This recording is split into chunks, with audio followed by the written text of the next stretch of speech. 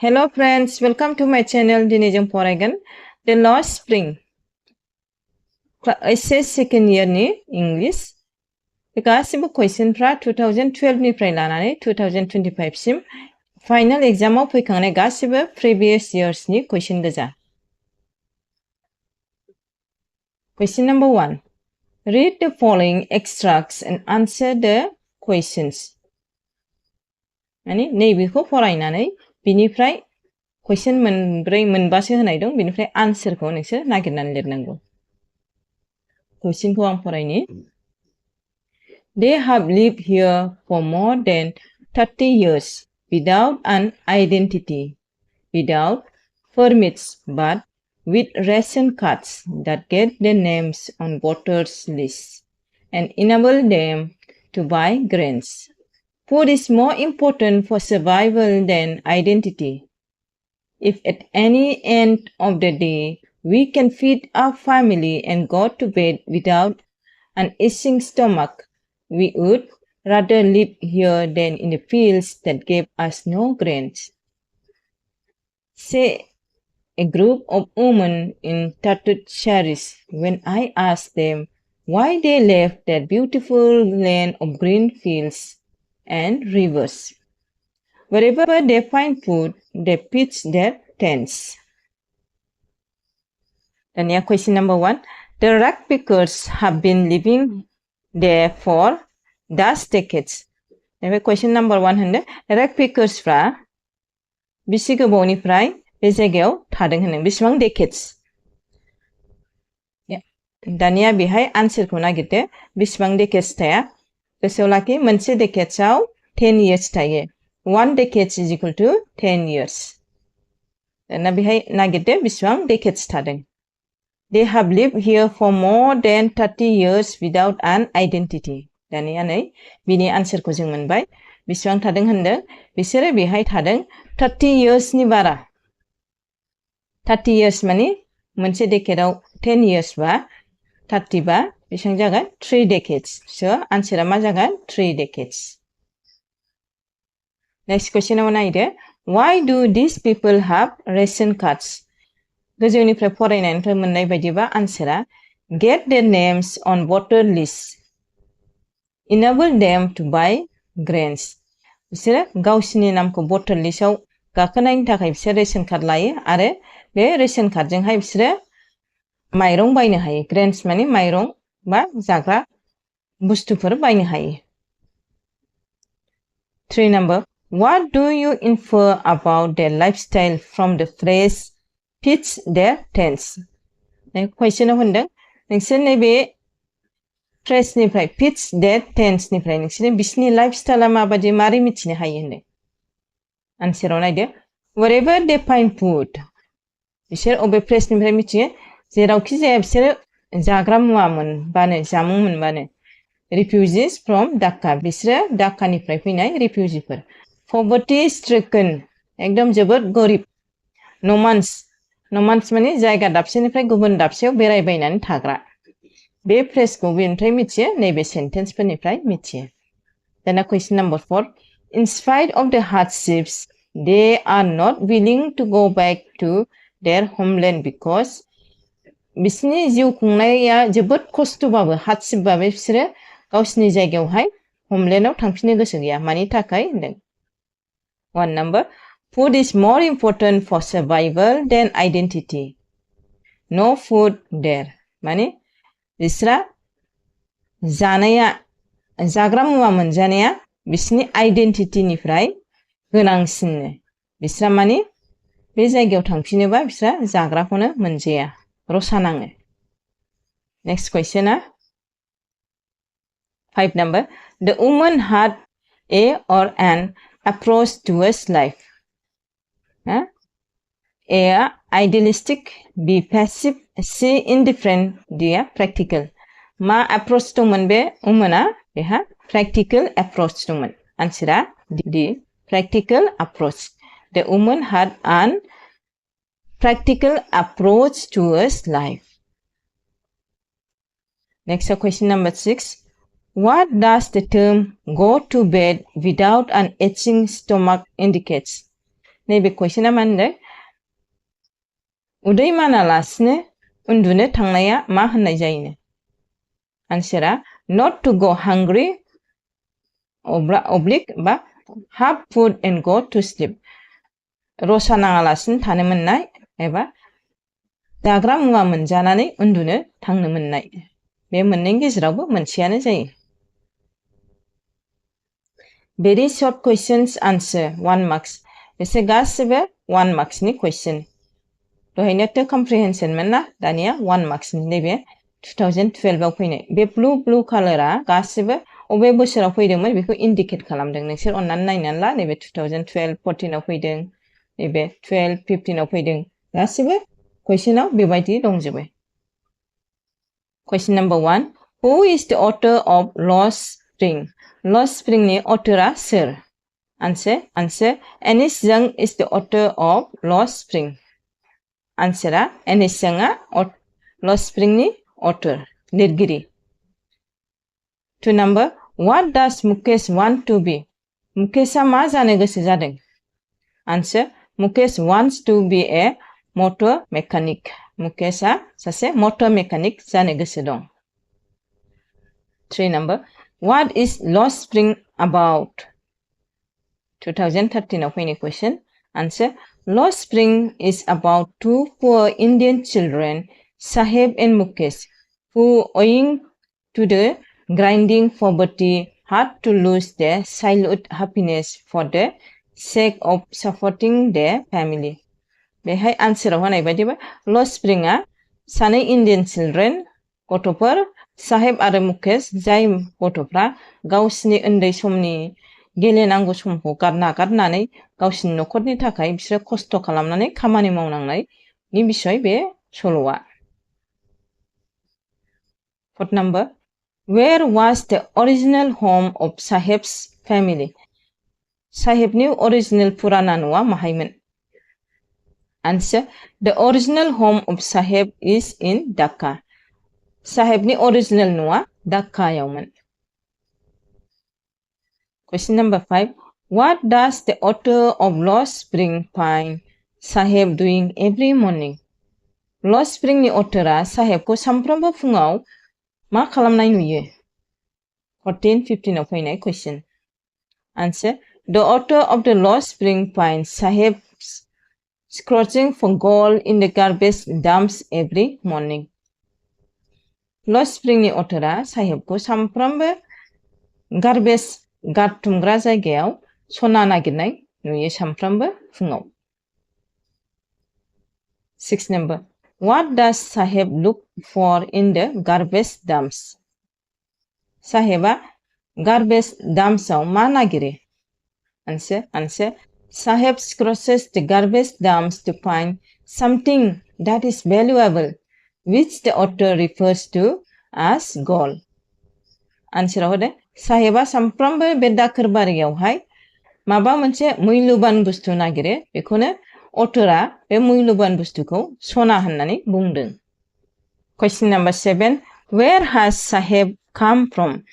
Saheba अबेनिफ्राय फैदोंमोन Answer Saheb has come from Dhaka, Bangladesh.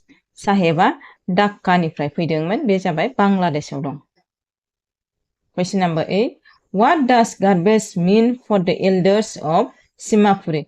Simapuriनि गिदिरफोरनि थाखाय garbage माने मा बे Answer For the elders garbage is a means of survival Elders फोरनि थाखाय garbage माने थांनानै थानायनि मोनसे राहा means of survival means थांनानै थानायनि राहा Number 9 Where does Mukesh live?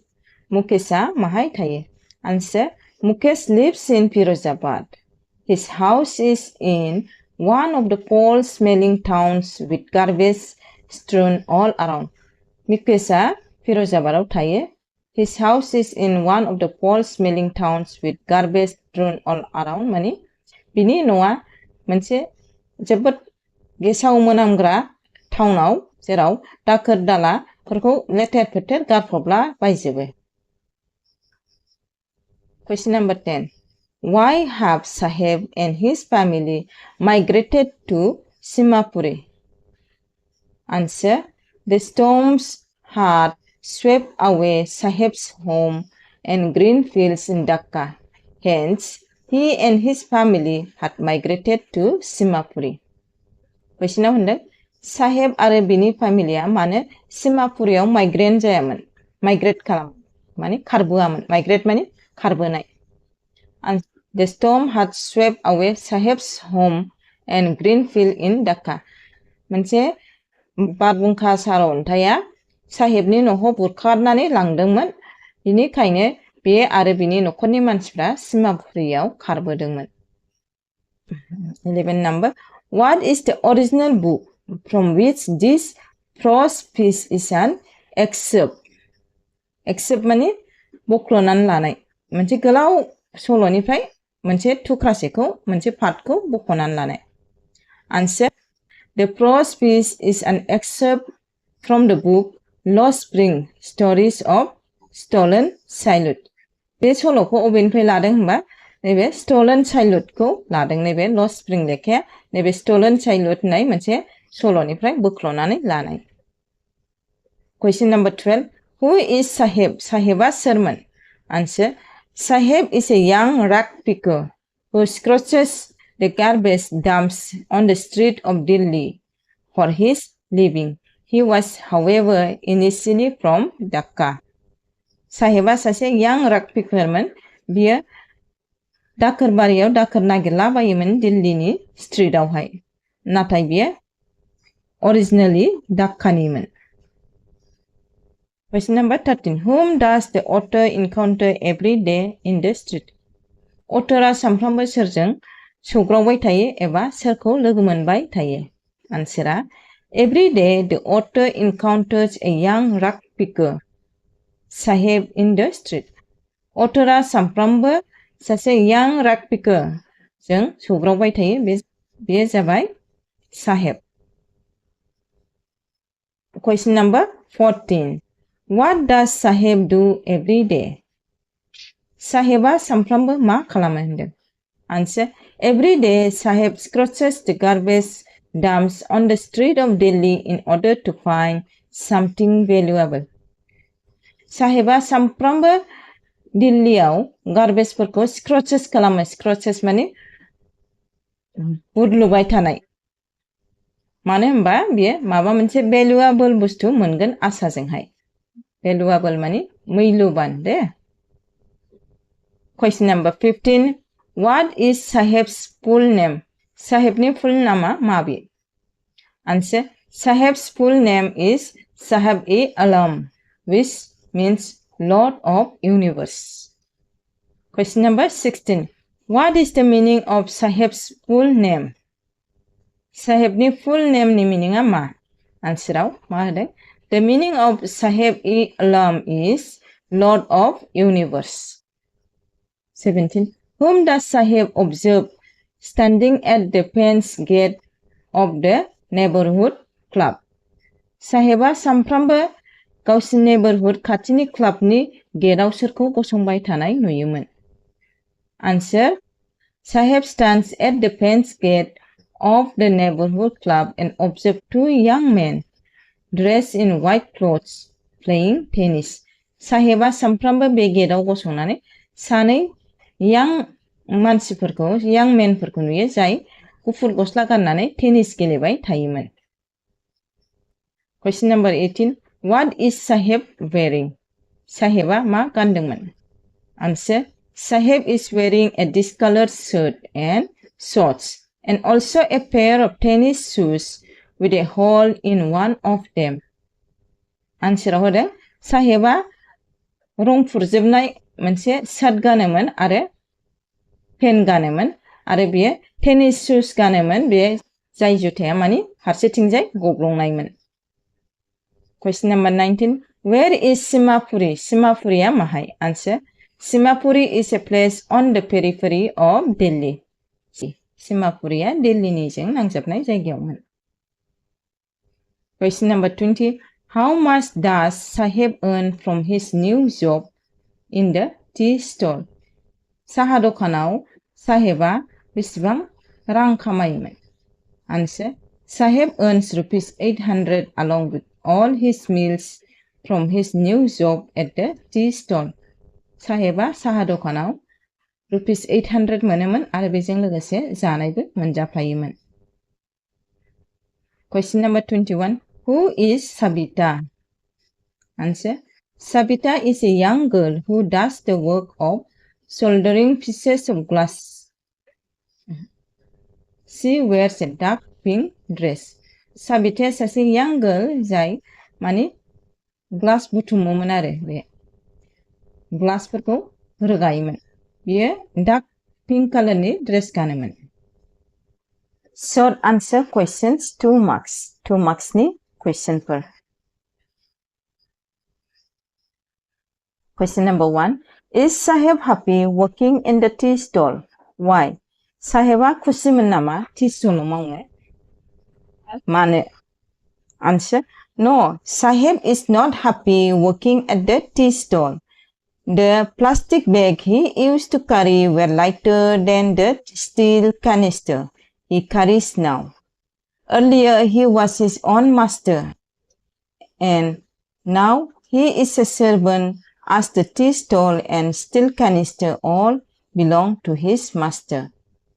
साहेबा खुसि नङा साहा दखानाव मावनो थाखाय. मानो होनबा सिगांनि बे प्लास्टिक मनाफोर बथलफोर थिखोयोमोन ना, बे रेजेंसिनमोन. दानि बे दुंग्रा गाव साहा दखाननि दुंग्रा थिखोनायनि खुरै. आरो बे सिगाङावहाय बे गावनो गावनि मास्टारमोन. दा बियो गावनि मास्टार नंला. मानो होनबा बियो गुबुननि आन्दारावसो मावनांबाय. मानो होनबा गावनि बे साहा दखानाबो गावनि नङा आरो बे जाय दुंग्राखौ गाव थिखोयो बेबो गावनि नङा. बेयो गासिबो गावनि मास्टारनिसो, मालिकनिसो. Question number 2. What is the significance of bangles in an Indian society? Bangles माने आसान. Indian societyयाव आसाननि गोनांथिया मा? Answer. In an Indian society, the bangles is a symbolic of a married Indian woman's suhag, auspiciousness in marriage. An Indian bride invariably wears red bangles on their wrists. Indian society of bangles माने आसाना जोबोद गोनांथार, specially हाबा जानाय आइजोफोरनि थाखाय. मानो होनबा हाबा जागोदान हिनजाव गोदानफ्रा बांसिनानो मा गानो? रेड बेंगल्स माने गोजा आसान गानो गावसिनि आखायावहाय. रिच माने बे आखाइखौ होनदों. 3 number. Garbage to them is gold. Why does the author say so about the rag pickers? Garbage माने बे दाखोर दालाफ्रा बिसोरनि थाखाय सनासो. मानि थाखाय अथरा rag pickers फोरखौ बिदि होनदों? Answer. Garbage is gold to the rag pickers of Simapuri because it provides them with items that can be sold for cash, which can buy them food, and is a means of survival. Moreover, it is gold also because the rag pickers can find stray coins and currency notes in it. Garbage-a बे दाखोर दालाफ्रा rag pickers फोरनि थाखाय सना, gold, because मानोना बे दाखोरफोरखौ फाननानै बिसोरो जाग्रा मुवाफोर बायनो मोनोमोन आरो बेजोंनो थांनानै थायोमोन. आरो बेजों लोगोसे दाखोर दालाफ्राव बिसोर कइन्स मोनोमोन. कइन्स माने फैसा खुस्रा आरो कारेन्सि नट्स फैसा नट फैसाबो मोनोमोन, फैसा बिलाइबो मोनोमोन. 4 number. What is the irony inherent in Saheb's full name? साहेबनि फुरा नामावहाय मा मिनिं थाखुमादोंमोन? Answer. Saheb's full name, Saheb-e-Alam, suggests that he is the Lord of the universe, but in reality he is merely a poor rag picker who lives in Simapuri and does a great deal of rag picking on daily basis for his survival. साहेबनि फुरा नामा साहेब-i-आलाम.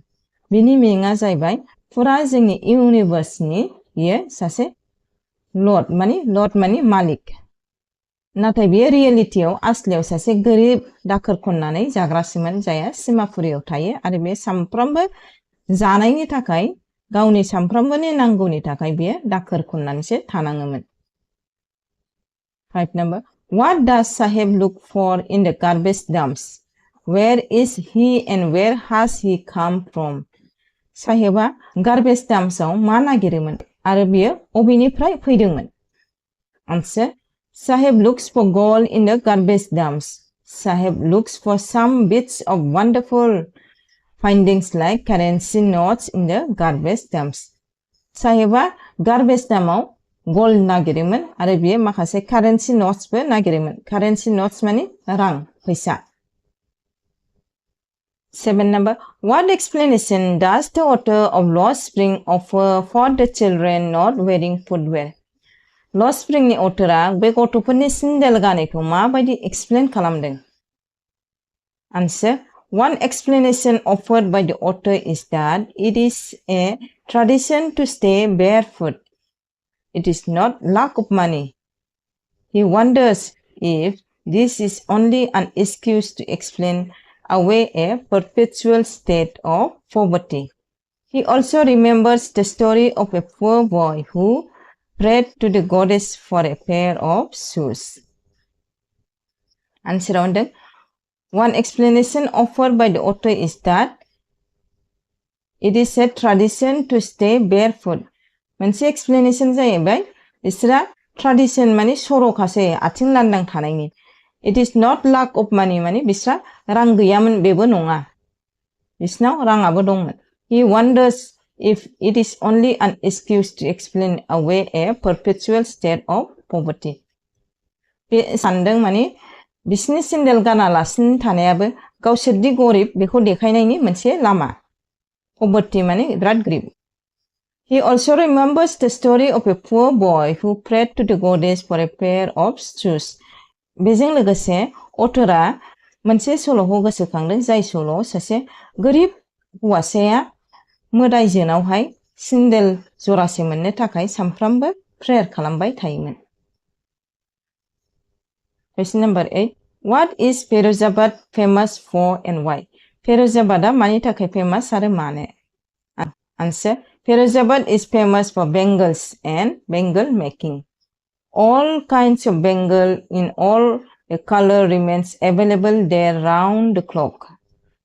Each and every family of Firozabad is engaged in the business of bangle making. All these things make Firozabad very famous. Firozabadआ मानि थाखाय famous होनबा बिसोरो आसान बानायोमोन आरो गासिबो कालारनि रोखोमनि कालारनि आसानफोरखौ बिसिनावहाय जेब्लायबो मोननो थाङो।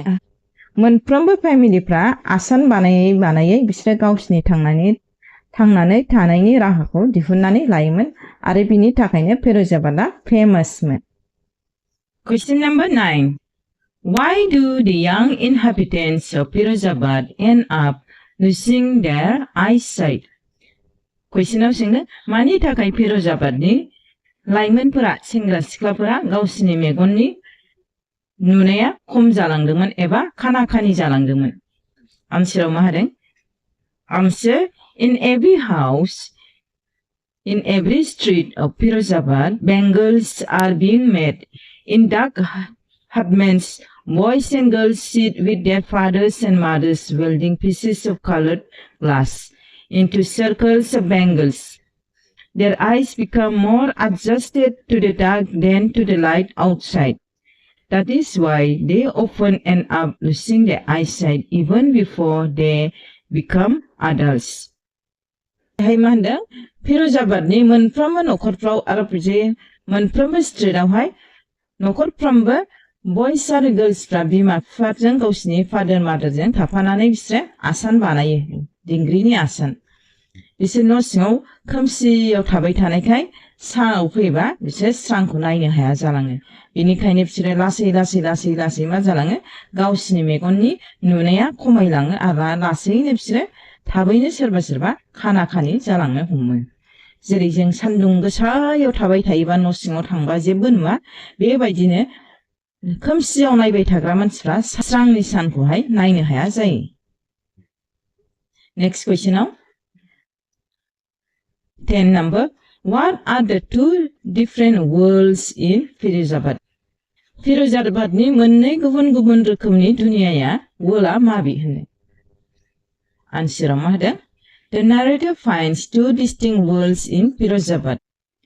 The first one is of the families of Bengal makers caught in perpetual web of poverty.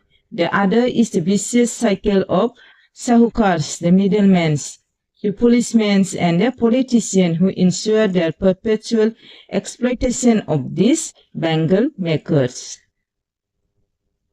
बेहायनो मोननै दुनियाया जाबाय मोनसेया जाबाय गोरिब नखर जाय आसान बानायनानै जायो बिसोरो जोबोद गोरिब बिसोर बेबायदि खामानिखौनो मावनानै जाबाय थायो आरो मोनसे दुनियाया जाहैबाय साहुकार्सफोर दं बेयाव मिडलमेन्सफोर दं आरो पुलिसमेन आरो पलिटिशियन साहुकार्स माने दालालफोर पुलिसमेन्सफोर आरो पलिटिशियन बिसोर जाबाय बिसोर मोनथामा नैबे आसान बानायग्राफोरखौहाय गरिबफोरखौ एक्सप्लॉइट खालामनानै जायो माने बिसोरखौ बाहायनानै जायो थगाय थसि जेरैबाबो बाहायनानै जायो Question number 11 What are the promises made by Ahsec to Sahib Ahsecआ साहिबनि थाखाय मा प्रमिस खालामामोन Answer The writer Ahsec promised Sahib to open her own school and let Sahib study in it But she could not keep it as it was not easy to open a school in a day or two. She makes a hollow promise to boy which makes her feel embarrassed time and again. The writer Ahsecआ साहेबनि सिगाङाव promise खालामदोंमोन दि गाव मोनसे school open खालामगोन आरो बेहायनो गावनि साहिबखौ बे स्कुलावहाय फरायहोगोन नाथाय बे स्कुलखौहाय खुलिनो हायाखै बेयो साज्रां बेखौहाय प्रमिस खालामदों हालो प्रमिस माने साज्रां प्रमिस खालामनाय आरो बे गावनि प्रमिसखौ जुदि फुलफिल खालामनो हायाखै बेखौनो बे गाव गोसो गाज्रि मोनोमोन एम्बारेस जानो माने गोसो गाज्रि मोनोमोन some time and again some 12 number What is Sahib's explanation as to why he scrounges for gold in the heap of a garbage dumps बेहाय साहिबा मा एक्सप्लेन खालामदों गावदि दाखोरबारियाव माबा माबि एरलुबाय थायो नागिरबाय थायो बिनि बिषय मा explain होदोंनो आन्सारा When Sahib was asked as to why he scrounged for gold in the heap of garbage dumps, he replied that he did the work because he had nothing else to do. He didn't go to school as there was none in his neighborhood. मा explain खालामामोन साहिबा होनदों बे scratch माने एरलुनानै माबा माबि नागिरनाय दे बे सनाखौ बे एरलु नागिरोमोन सना माने आसल सना नङा बिसोरनि थाखाय माबा फैसा थाखा खुस्राफोर मोनफ्लांनायखौ आरो माबा मैलुबान बुस्थु मोनफ्लांगोन बेखौ साननानै गार्बेज दामाव बे एरलुबाय थायोमोन मानो बे होमबा बेहा बेबायदि खालामनायनि अनगायै जेबो खामानि गैयामोन आरो बे स्कुलावबो थाङामोन मानो होमबा बिसोरनि खाथि खालायाव जेबो स्कुल गंसेबो गैयामोन Question number 13 What is the author's reply to Sahib's explanation? Sahibni explain खालामनायाव authorआ मा reply होआ?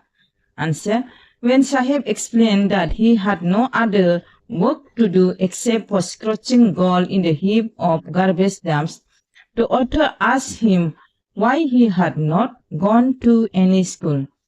साहिबा एक्सप्लेन खालामदों दि गाव दाखोरबारियाव सना नागिरनायनि अनगायै बेहा जेबो खामानि गैया होमबा अथरा बेनाव सोंदों मानि थाखाय बियो स्कुलाव थाङाखै होननानै Question number 14 Why does the advice sound hollow? Adviceआ मानि थाखाय साज्रां खोनादों Answerआ When Sahib said that he had no other work to do except for scratching gold in the heaps of slums The author advised him to go to school. This advice sounded quite hollow because there was no school in the neighborhood of Sahib.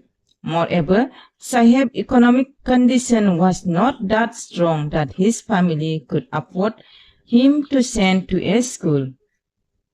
जेला साहिबा बुङो दि बेहा दाखोरबारियाव दाखोर एरलुनानै माबा माबि सना नागिरनायनि अनगायै जेबो खामानि गैया होमबा राइटराहाय बेखौहाय स्कुलावहाय थांनो थिनदोंमोन नाथाय बेखौ साज्रां थिननाय बायदि जादों मानो होनबा बिसिनि नेबरहुड माने खाथि खालायाव गंसेबो स्कुलानो गैयामोन आरो बिनि अनगायैबो साहिबनि नखरा इकोनमिक कन्डिशना बेखौहाय स्कुलाव फाथायहरनायनि हालोदाव गैयामन मानो होनबा बिस्रा जोबोद गरिबमोन Question number 15 Why is the author embarrassed? Authora मानि थाखाय embarrassed जादों embarrassed मानि गाज्रि मोननाय गोसो गाज्रि मोननाय एबा लाजिनांनाय बेखौहाय embarrassed होनो Answer The author advised Sahib a rag picker to go to school. The latter replied that there was none in their neighborhood. The author then half-jokingly asked Sahib to join the school which she would start. After that, one day Sahib eagerly asked the author if her school was ready. This made the author embarrassed for making promise that she did not mean. जेला अथरा साहिबखौहाय बे rag पिकारखौ दाखोर खनग्राखौ स्कुलाव थांनो थिनो होमबा बे होनदों दि गावसिनि खाथियाव गंसेबो स्कुल गैया नेबरहुडआव गंसेबो स्कुल गैया होमबा अथरा एसे जंखायनायजों बुंदों आंनि स्कुलाव हाबदो जेला आं खुलियो नाथाय सानसेखालि साहिबा लोगो मोननानै अथरखौ एकदम इगारलि सोंबाय स्कुला खुलिबाय नामा होननानै रेडि जाबाय नामा नाथाय अथरा बे समाव एम्बारेस गोसोखौ गाज्रि मोनदों होमबा बे सासाजों बेयोनो प्रमिस होदोंमोन जेखौ बेयो गाव मावनो हाखायाखै दासिमबो बेयो मावनो हायाखै बेखिनि थाखाय बेयो गोसोखौ गाज्रि मोनदोंमोन Question number 16 Write a short note on the significance of the title Lost Spring Lost Spring title नि सायाव मोनसे फिसा गुसुं short notes लिरहोनो Answer The title Lost Spring holds significance as it reflects the plight of a migrant children who work in a glass blowing factories in Firozabad, India. Their childhood is lost due to poverty and exploitation. नैबे title lost स्प्रिंआ मोनसे सिगनिफिकेन्स गोनांथार ओंथि होयो मानो होनबा नैफाय migrant worker जाय खारबोनाय गथ'फोरा आसान बानायग्रा ग्लास फेक्ट्रियावनो थानानै बिसोर गावसिनि उन्दै समनि लाइफखौ नष्ट खालामनांबाय मानो होनबा बिसोर जोबोद गरिब आरो बिसोरा जेबो उफाय गैयामोन बिसोर exploit खालामजायोमोन Question number 17 How does Sahib's life change when he starts working at the tea stall? Answer When Sahib starts working at the tea stall, his life undergoes significant changes. Sahib gains financial stability with a regular income of 800 rupees. His meals are provided addressing the issue of food scarcity. However, the once carefree expression on his face fades. Carrying the steel canister feels burdensome, and the weight of the responsibility weighs heavily on him. Sahib is no longer the master of his own time. He may have to work longer hours, and the helplessness of not acting according to his own will saddens him. When Sahib starts working at the tea stall, जेला साहिबा tea stall आवहाय खामानि मावजेननो हमदों, his life undergoes significant change. बिनि लाइफआव गोबां सोलायनाय फैदों. Sahib gained financial stability with a regular income of 800 rupees. आरो बेनि रांनि गोनांथिया सुफुंजाबायमोन मानो होनबा बे 800 rupees income खालामनो हाबायमोन. His meals are provided addressing the issue of food scarcity. आरो बे उखै जानांलामोन मानो होनबा बे गाव जेराव मावो बेयावनो ओंखामबो मोनजाबायमोन. However, नाथाय the once carefree expression on his face fades. नाथाय बिनि मोखाङाव जि उदांस्रि नुयोमोन बे उदांस्रिया गोमालांबाय. मानि थाखाय Carrying the steel canister feels burdensome. बेदि दुंग्रा स्टीलनि दुंग्रा गिदिर गिदिर थिखोयो बेखौ बिराद गिलिर मोनोमोन बियो. And the weight of responsibility weighs heavily on him. आरो बिनि सायाव गोबां responsibility दंमोन बिनि थाखाय जोबोद गिलिरमोन बे responsibilityया. Sahib is no longer the master of his own time. साहिबा दा गावनि समनि मास्टार नंला गावनि समायखौ बियो गाव गोसोबायदि बाहायनो हाला. He may have to work longer hours. बियो गोबाव घन्टा खामानि मावनांगौ सम जानानै फैबाय. And the helplessness of not acting according to his own will saddens him. आरो बे गावनि गोसोबायदि समायखौ बाहायनो मोनला गावनि गोसोबायदि मावनो मोनला गुबुननि आन्दाराव मावनांबाय बेनि थाखाय बे गोसोआव दुखु मोनोमोन नेक्स्ट लं आन्सार क्वेश्चन 5 मार्क्सनि बे गोलाव question Question number 1 long question निफ्राय Describe the miserable plight of the people of Firozabad. फिरोजाबादनि मानसिफोरा माबायदि खस्थयै थानाङोमोन बेखौहाय describe खालामनो थिनदों. Answer Firozabad is the center of India's glass bowling industry where families have spent generations working around the furnace. They work in small cells with air and light. Children slog their daylight hours around this furnace instead of going to school. They often lose eyesight due to this before they become adults. Next page out. They live around stinking lanes cooked with garbages in homes having crumbling walls, crowded with families of humans and animals coexisting together. Spirals of bangles of different colors lie in mounds, piled in four-wheeled carts. Besides prickling oil lamps, sit boys and girls wielding pieces of bangles. In spite of this lifelong hard work, they are trapped in poverty, and the burden of this improvised life is imposed on them generation after generation. माबायदि गरिबी दंमोन बेहाय मा explain खालामदों Firozabad is the center of India's glass bowling industries. बेहाय मा होनदों Firozabad इन्डियानि मोनसे ग्लास बानायग्रा centre where families have spent generations working around the furnace. जेराव बे जायगानि नखरफोरा generation to generation फिरिनिफ्राय फिरि बिसोरो अरनि खाथियाव थानानै जिबनखौ खाथायनांगौमोन. They work in small cells without air and light.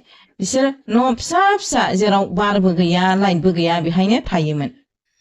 Children slog their daylight hours around this furnace instead of going to school. गथ'फ्रा साननि समावहाय स्कुलाव थांनो मोनालासिनो बिसोरो न' सिङाव बे गावसिनि अर खाथियावनो जिबनखौ खाथायनांगौमोन. They often lose eyesight due to this before they become adults. आरो बिनि थाखायनो बिसोर खोमसियाव अर खाथियाव थाबाय थानायखाय बिसोरनि मेगनखौ थाबैनो खाना खानि जायोमोन मेगनखौ गाज्रि खालामनानै खोमानानै लानाङोमोन. They live around stinking lanes covered with garbages. आरो बिसोरनि थानाय जायगाया दाखोर गारफबग्रा जायगा जेराव जेब्लायबो मोनामफुंजोबनाय जायगायाव बिसोरो थायोमोन. In homes having crumbling walls, crowded with families of humans and animals coexisting. आरो बे बिसोरनि न'फोरा बायला जिला वाल्सफ्रा बायला जिलामोन जेराव बुरजा नखरफोर थायोमोन मानसिफोरबो आरो बे जायगायावनो जिब जुनाराबो ज' थाफायोमोन गावसिनि फिसिजानाय जिब जुनारफ्राबो न' गंसेयावनो थायोजोबोमोन. Spirals of bangles of different colors lie in mounds piled in four-wheeled carts. आरो बिसोरनि बानायनाय आसानफोरा जाबखोलायनाय गावसिनि दंफांनि गारि बानायनायाव जाबखोनानै थाबाय थायोमोन. Besides the prickling oil lamps, sit boys and girls wielding pieces of bangles.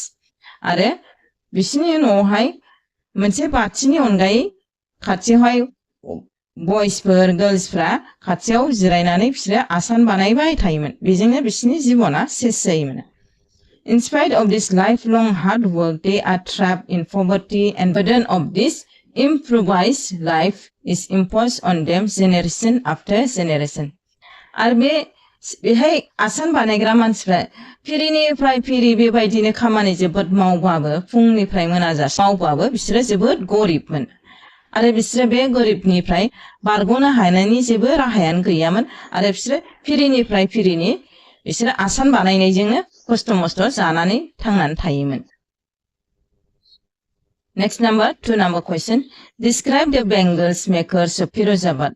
How does the vicious cycles of the Sahukars, the middlemen, never allowed them to come out of their poverty?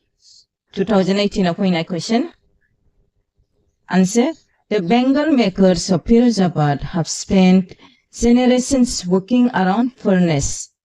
Every other family in Firozabad is engaged in making bangles. They sit around lamps welding glass, making bangles for all the women in the land. These families are caught in the web of poverty. These families, immersed in the cycle of poverty, carry the weight of caste-based discrimination.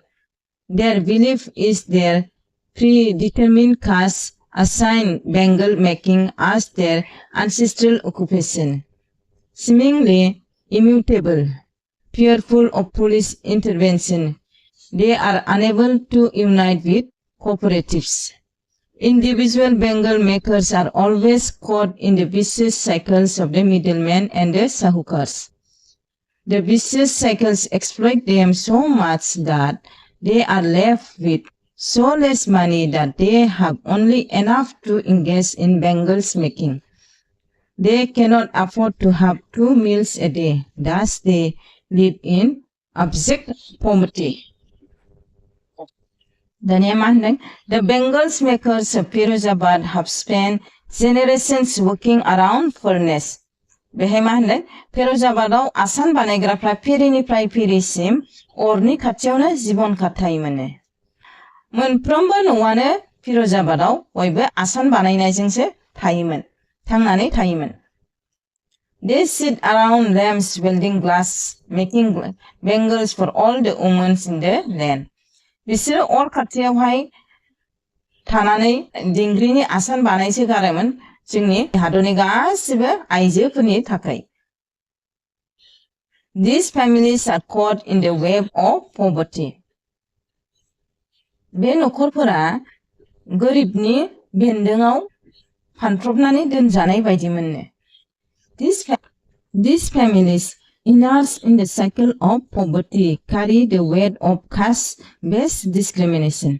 बे नखरफोरा गोरिबनि बेन्दोंआव फानफ्रबनानै दोनजानाय नैबे इनार्स माने हमनानै दोनजानाय फानफ्रबनानै दोनजानायखौहाय इनार्स होनो carry the weight of caste-based discrimination आरो जाति लानानै बिसोरखौ caste-based नि जाति लानानै बिसोरखौ discriminate खालामोमोन ना माने नासयोमोन गिदिर उन्दै होनलायनानै नासयनायमोन Their belief is the predetermined caste assigned bangles making as their ancestral occupation. आरो बिसोर गोदो गोदायनिफ्रायनो गावसिनि आबै आबौनि समनिफ्रायनो ancestorनिफ्रायनो होखाजानाय खामानि माने नोंसोर खालि आसानल' बानायनानै जानांगौ होननायखाय बिसोर खालि आसानखौल' बानायनानै जायोमोन Seemingly immutable माने समजों लोगोसेबो सोलायनाय गैयामोन बेखौनो seemingly immutable माने सोलायनो रोङै नोंनि आबै आबौ जोंनि आबै आबौआबो आसान बानायो आंनि आफायाबो आसान बानायो आंबो आसान बानायो आंनि फिसाफ्राबो आसान बानायो बेबायदिनो जुग जुग फिरिनिफ्राय फिरि बिदिनो आसान बानायनानै जायोमोन आरो बिसोरनि खामानिया सोलायनो रोङै immutable माने सोलायनो रोङै fearful of police intervention आरो बिसोरो जोबोद पुलिसखौ गियोमोन They are unable to unite into cooperatives आरो बिसोरो गिनायजोंनो मोनसे ज' जानो रोङामोन cooperatives-आव unite खालामनो रोङामोन Individual bangle makers are always caught in the vicious cycles of middlemen and the sahukars आरो बिसोरो मोनसे साइकेलाव मोनसे बेन्दोंआव फानफ्रब जायोमोन जाहैबाय बे दालालफोरजों बिसोरो थगाय जायोमोन middlemen and the sahukars माने बिसोरो जों दालालिफोर होनो दालालफोर होनो This vicious cycle exploits them so much that they are left with so less money that they have only enough to engage in bangles making. आरो बिसोर बायदि ओरैबायदि थगायोमोन मा बिसोरखौहाय बिसोरनो गावस्रा दाम गोसानि लांनानै बिसोरनो जोबोद खम फैसा होयोमोन आरो गावसोर खुनुमथे आसान बानायनो बुस्थुफोरखौल' बायनानै गावसिनि खुनुमथे मोनजानायखौल' मोनजायोमोन They cannot afford to have 2 meals a day. आरो बिसोर सानसेयाव बोथिनै ओंखाम मोनजायामोन बोथिसेल' रसा नांनानै थायोमोन आरो बे बोथिसेनि थाखाय बिसोर सानसे माने अराव थाबाय थानांगौमोन Thus they live in abject poverty. बिनि थाखायनो बिसोर जोबनो गैयै गोरिबाव थानांदों povertyआव abject माने जोबनो गैयै ABJECT बे object नङा दे abject माने जोबनो गैयै गोरिब poverty माने गोरिब दुखिया जानांनाय जोबनो गैयै गरिब जानांदों दुखिया जानांदों Question number 3 Who was Saheb and what was ironical about his name? Describe Saheb's life and the life of the barefoot army of Rekpikas in Simapuri. साहेबा सोरमोन आरो बिनि नामावदि एथ'ग्राम मिनिं दं बेखौहाय खिन्थानो थिनदों Describe Saheb's life and the life of barefoot army of Rekpikas in Simapuri. आरो साहेबजों लोगोसे साहेबनि जिबनजों लोगोसे गुबुन आथिं सिन्देल गानालासिनो आथिं लांथिया थाबायग्राफोर Rekpikas माने दाखोर खनग्राफोर सिमापुरिनि दाखोर खनग्राफोरनि बिसय खिन्था आरो बिसोर मोनसे फरायगोननि Saheb is a rag picker from Simapuri. The irony that lies in his name is that he is deprived of every pleasure in life but his name Saheb Ilam but his name Saheb I Alam means Lord of the Universe. Saheb and the army of rag pickers appears like the morning birds and disappear at noon. They move about in the city roads collecting rag barefooted. Their families are scattered who come from Bangladesh. They stay in structure of mud with roof of tin and tarpaulin. Without any proper sewage, drainage or drinking water, these families live in hellish condition. They live without any identity, without any permits, but with ration cards that get their names on voter lists and enables them to buy grains. They believe that it was better to live in such conditions with 2 meals than to live in their own land without food. Answer Mahadeng. Saheb is a rag picker from Simapuri. Saheba Simapuri ni sase rag picker man. Rag picker mani dakar konra. The irony that lies in his name is that he deprived from every pleasure in life, but his name Sahab I Alam means Lord of the Universe. आरो बिनि नामनि मोनसे आइरनिया मा बिनि नामा जाबाय दुनियानि universe एबा दुनियानि मालिक लर्ड अफ द यूनिवर्स नाथाय बे दुनियायाव जोबोद गरिबसोमोन मोनफ्रोमबो नांगौखिनिखौनो बे मोननो रोङामोन Saheb and the army of rag pickers appears like morning birds and disappear at noon. माने साहेब आरो गुबुन दाखोर खनग्रा मानसिफ्रा फुंनि दाउ बायदि मर्निं बार्ड्स बायदि फुंनि दाउ बायदि नुजाफैयो दाखोर खनो आरो सानजौफुआव गोमालाङो disappear माने सानजौफुबा गैया जायो दा थांफिनो आरो न'आव They move about in the city roads collecting rags barefoot. बिसोरो सिटियावहाय दाखोर खनबाय बायनानै आथिं गोजा दाखोर खनबाय बायनानै थाबायोमोन सिन्देल गैया लासिनो Their families are squatters who come from Bangladesh. आरो बिसोरनि familiesफ्रा बांलादेशनिफ्राय फैनायमोन They stay in structure of mud with roof in tin or tarpaulin. आरो बिसोरो मोनसे हानि बानायनाय न'आव थायोमोन जेखौ थिं खोबनाय एबा माबा प्लास्टिकनि जि खोबनानै थायोमोन Without any proper sewage, drainage or drinking water. आरो बिसोरनि थाखाय ड्रेन गैयामोन नालाफोर गैयामोन आरो drinking water माने लोंनायनि दैबो गैयामोन These families live in hellish condition. आरो बिसोर एसे जौखांनाय मा होनो एसे जौखांनाय बायदि हायाव थायोमोन माने दाखोर गारै गारै जौनाय जायगा जौखोनाय जायगायाव थायोमोन They live without any identity. आरो बिसोर जेबो आइडेन्टिटि गैयामोन बिसोरनाव Without any permits आरो जेबो परमिटबो गैयामोन But with ration cards नाथाय बिसोरनाव मोनसे बुस्थु दंमोन माने ration card They get their names on voter lists. मानो होनबा बिसोरो voter listआव नाम सोजाबायमोन And enables them to buy grain. आरो बेजोंनो बिसोरो माइरं बायनो हायोमोन आरो They believe that it was better to live in such conditions with 2 meals than to live in their own land without food. आरो बिसोर फोथायोमोन बिसोर बेबायदि एथ' गाज्रि अबस्थायाव थानानै जुदि ओंखाम बोथिनै मोनजायोबा गावसिनि हायाव हागुवाराव थानायनिख्रुइ साबसिन मानो होनबा बिसोरनि हायावहाय आबाद जानो खस्थ' जाबायमोन दैबाना जाबाय थायैखाय Fourth number, give a brief account of life and activities of the people like Sahab Alam, settled in Simapuri.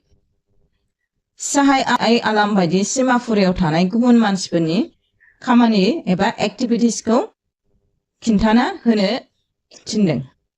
Answer: The author's acquaintance with Sahib and the other barefoot rag pickers introduced her to Simapuri. It is a slum area located in the periphery of Delhi. The residents of Simapuri consist of people who left Bangladesh in the 1971 war and are basically refugees. Sahib's family is among them. The area does not have facilities of sewage, drainage, or running water. About 10,000 rag pickers live here. Their only means of livelihood is rag picking, and they treat rags as valuable as gold.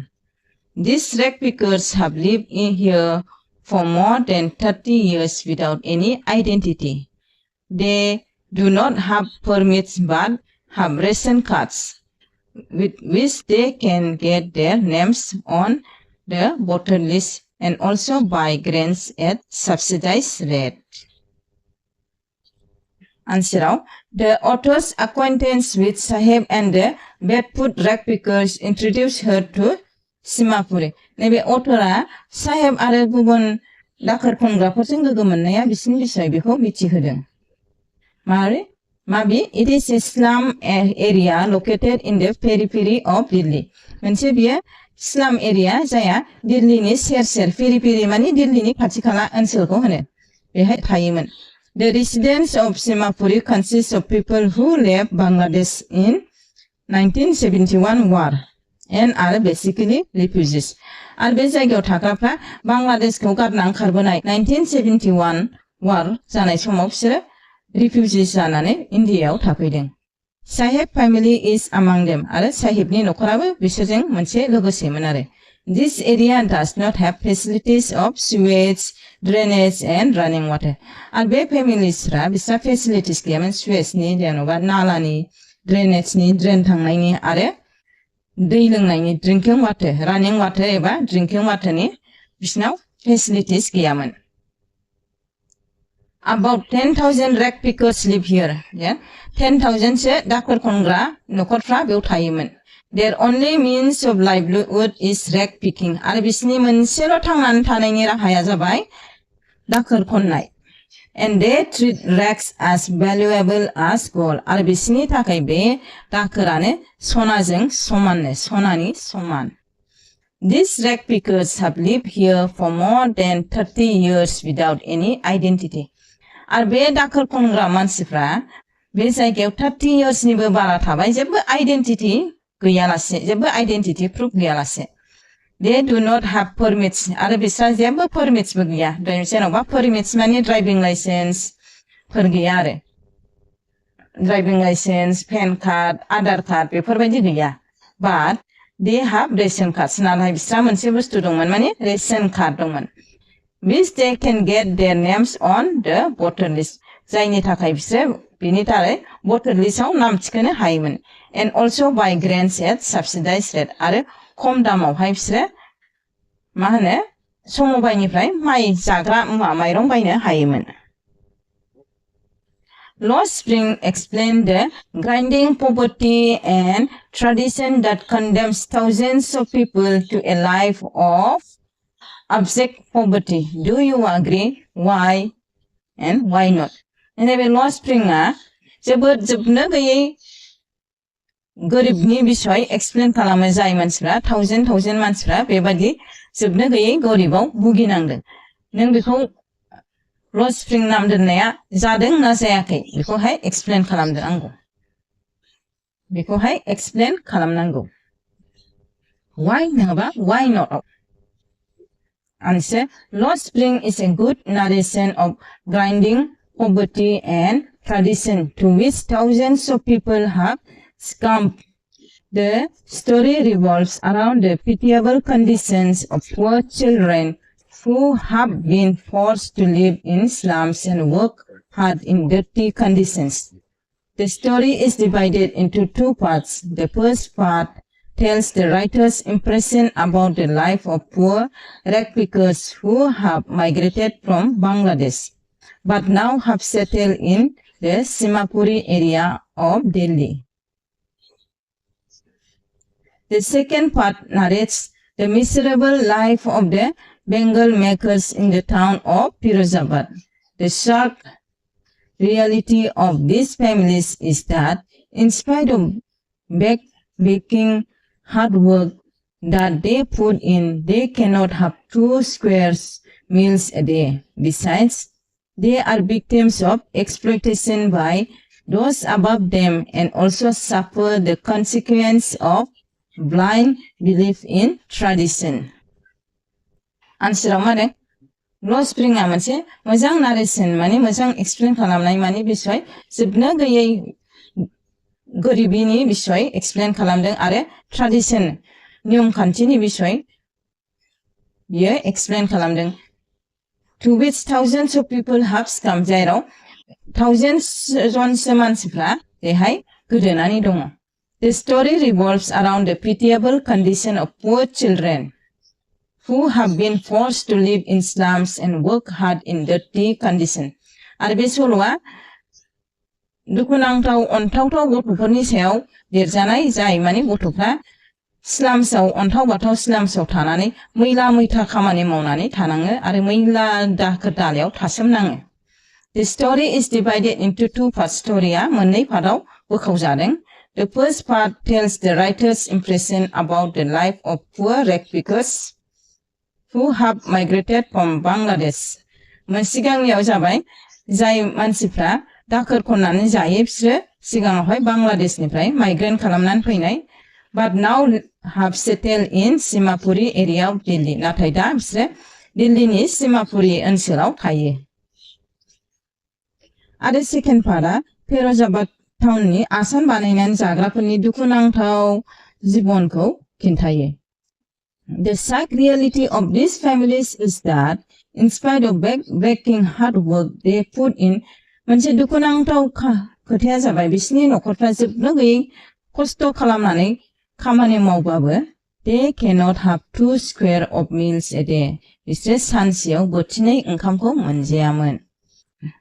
Besides, they are victims of exploitation by those above them and also suffer the consequence of blind belief in tradition. आरो बिसोरो गावसिनिफ्राय गोजौसिननि मानसि जेरै politician दालालिफोरजों थगायनानै जाजानानै बिसोरो जोबनो गैयै गरिबाव थासिननाङोमोन आरो गावसोरो गोदोनिफ्रायनो माखासे नियम खान्थि दं होननानै बिसोर माखासे फोथायनायफोर गाज्रि फोथायनायफोर दंमोन. Question number 6. Describe the condition of Simapuri. Simapuriनि conditionखौ describe खालाम. Answer. Simapuri, situated on the outskirts of Delhi, is a place of squalors and destitution. Originally settled by squatters from Bangladesh in 1971, it remains a wilderness devoid of basic amenities. Housing consists of makeshift structures made of mud, tin, and tarpaulin, lacking sewage, drainage, or running water. Despite living there for over 3 decades, residents lack formal identity or permits. However, they possess ration cards for essential provisions. Survival is prioritized over identity, as indicated by their endurance despite the harsh living conditions. Garbage collections and scavenging have become indispensable for sustenance, with children often joining their parents in the endeavor. Simapuriया दिल्लीनि खाथियाव थानाय मोनसे जायगा. It is a place of squalors and destitute. आरो बे मोनसे जायगाया जोबोद गरिबफोरनि जायगामोन. Originally settled by squatters from Bangladesh in 1971. Originally बे जायगाया बांग्लादेशनिफ्राय खारबोनाय मानसिफोरजों बुंफबजानाय जायगा 1971 आवहाय वाराव खारबोनाय. It remains a wilderness devoid of basic amenities. आरो बे हाय बेसिक एमिनिटिस होननाय बुस्थुफ्रा गैयामोन. Housing consists of makeshift structures made of mud, tin and tarpaulin. आरो बिसिनि न'आ बानायब्रबनाय हाजों, थिनजों नङाबा tarpaulin माने प्लास्टिकफोरजों खोबब्रबलाबायनाय. Lacking sewage बिसिनावहाय नालाफोर गैयामोन, ड्रेन गैयामोन आरो running water दै सप्लाइ गैयामोन. Despite living there for over 3 decades, मोनथाम decade माने 30 years, मोनसे decadeआवहाय 10 years थायो. Residents lack formal identity or permits. 30 years बिसोर मोनसे जायगायाव थादोंबाबो बिसनाव identity आरो permitsफोर गैयामोन. However, they possess ration card for essential provisions. नाथाय बिसनावहाय ration card दंमोन. Survival is prioritized over identity. बिसोरो थांनानै थानाया identityनिख्रुइ देरसिन होननानै साननानै लायोमोन. As indicated by their endurance despite the harsh living condition. जोबोद खस्थ' थानांगौबाबो बिसोर बे जायगायाव थांनानै थायोमोन. मानो होनबा बिसोर बोथिनै ओंखाम मोनजायोमोन. Garbage collection and scavenging have become indispensable for sustenance, with children often joining their parents in this endeavor. माने गार्बेज दाखोर खननाय आरो एरलुलाबायनानै माबा माबि मैला मैथा नागिरनानै बिसोर बुस्थु बुथुमनाया बिसोरनि थाखाय एंगारनो हायै मोनसे जिबननि गावसिनि लाइफनि मोनसे पार्ट जाहैबायमोन, जेराव गावसिनि फिसाफ्राबो गावसोरजों लोगो नांफायोमोन, बिमा बिफाफोरजों लोगो नांफानानै बिसोर बेहाय बे खामानिखौ मावफानो गोनां जायोमोन. बेनोसै. अन्नानै चेनेलखौ लाइक, साबस्क्राइब, कमेन्ट खालामहर. आं नोंसिनि थाखाय जोबोद खस्थ' खालामनानै फुराना कुइसनफोरखौ नागिरनानै बेबायदि बुथुमनानै होदों आरो उनावबो होबाय थागोन. बिनि थाखायनो अन्नानै प्लिज चेनेलखौ लाइक खालाम, साबस्क्राइब खालाम आरो गुबुनफोरनोबो राननानै हो. Thank you.